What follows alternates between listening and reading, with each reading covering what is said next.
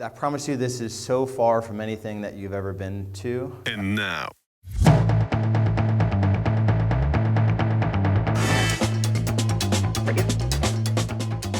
Developing your influence. And right behind that, jot this down. Developing your influence is your core leadership competency. That's your core leadership competency. Developing your influence is your core leadership competency. That's you standing on the chair, right? That's looking at things from a different perspective. That's you getting on the other side of the bridge, right? That's the higher ground. There's a book out, great, it's wonderful. I don't know if anybody's read it. It's called Strengths-Based Leadership. There's all kinds of stuff about playing to your strengths, and I don't know if anybody knows the name Marcus Buckingham. I devour his stuff. He's fantastic. Marcus Buckingham on strength, on playing to your strengths. And as leaders in this room, we've got to play to our strengths. 4 keys, and again, I'm going to move fast because I've got to watch our time here. Number 1 is about executing, and then leave some space, right? Number 1, leave some space to write a couple notes on executing, right, about influence. Number 2, write the word influencing. So you got number 1, executing. Number 2, influencing. Number 3, relationship building. Number 3, relationship building. And number 4, strategic thinking. Let me just quickly unpack a few bullet points on each of these. On the first one, executing. Focus, part A, I guess, to executing. Focus on your, what I'd call, wildly important goals.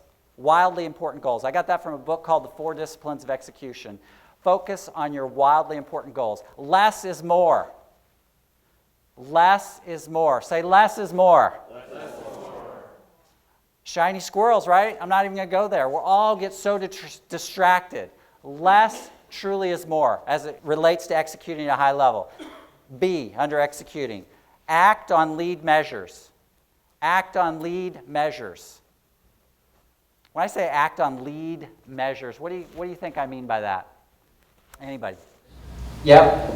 It's the things that your team can control on a daily basis. That's right, your sphere of control. High impact, right? High impact activities that are going to lead to you reaching your goals. That's all it is. There's no silver bullets. There's no rocket science here, right? But it's acting on your lead measures. C, under executing. Keep a compelling scoreboard. Keep a compelling scoreboard.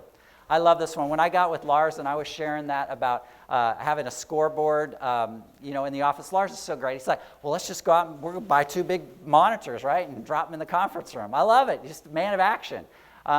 Your scoreboard, it doesn't matter what it looks like, whether it's high-tech, on a whiteboard, whatever, but the fact that you've got a compelling scoreboard. Compelling means creative. Get your team's buy-in around it. Go spend a bunch of money on it. Go spend a little bit of money on it, but make a compelling scoreboard in your office that brings a high level of accountability, right, and vision.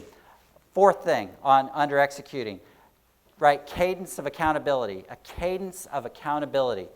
And I'm not going to go there on the hows because Lars has done that 1,000 times. You guys have the hows on how to create the cadence of the accountability, but the key to it, from a leadership perspective, is your consistency. So write that word, please, consistency.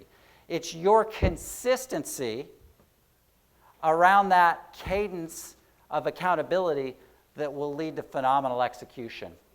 All right, second thing I had you write down on your paper was influencing, okay?